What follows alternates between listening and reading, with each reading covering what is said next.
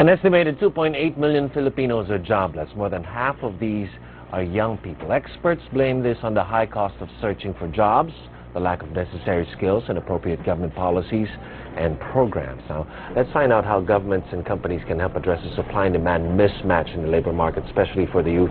Joining us here in Mornings is Lawrence Jeff Johnson. He's the country director for the International Labour Organization. Good afternoon, Mr. Johnson. Thank you very much for joining us. Good morning. Thank you for having us. Okay, you recently had a forum 2 weeks ago about the situation here in the country. I want to ask you about that situation. Are we in a bad stage? Are we in a bad situation here in the country? 2.8 million Filipinos jobless, more than half of them are youth. Well, let me put this in context in a global situation. When the economic crisis hit, since that point, we've seen global unemployment increase by more than 200 million. Okay. In terms of comparative to other countries, I think the Philippines has weathered the storm relatively well. Mm-hmm. But what you're pointing at is the problem of unemployment here.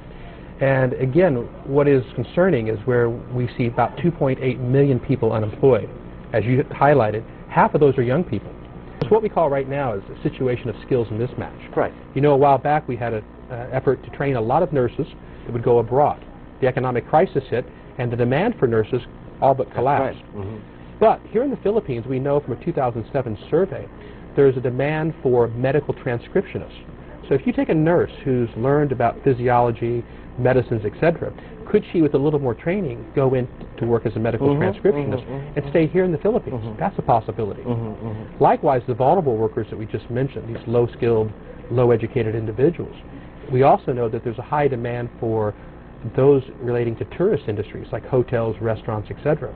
With more training, we could lift those individuals into these jobs that would be more productive, would help the economy grow, but often better remunerated, better salaries, better working conditions than what they're in now. So we need to work on both of these tracks to do two things: and reduce poverty and improve economic growth here in the Philippines, so that migration, as the President states, is an option, not a necessity. But there's still a lack of job opportunities here in the country.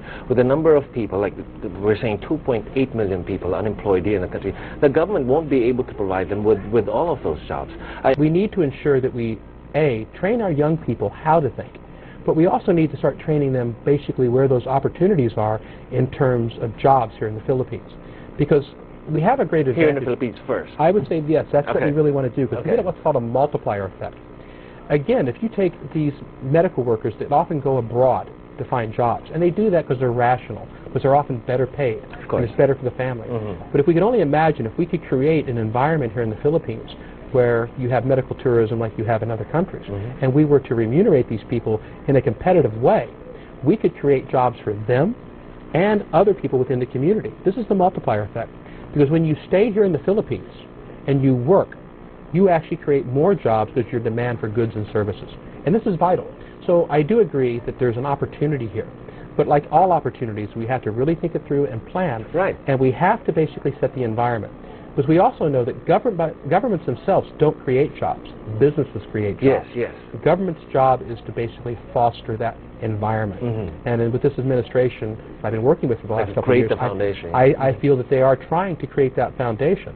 The ILO is in a unique position, like other UN agencies.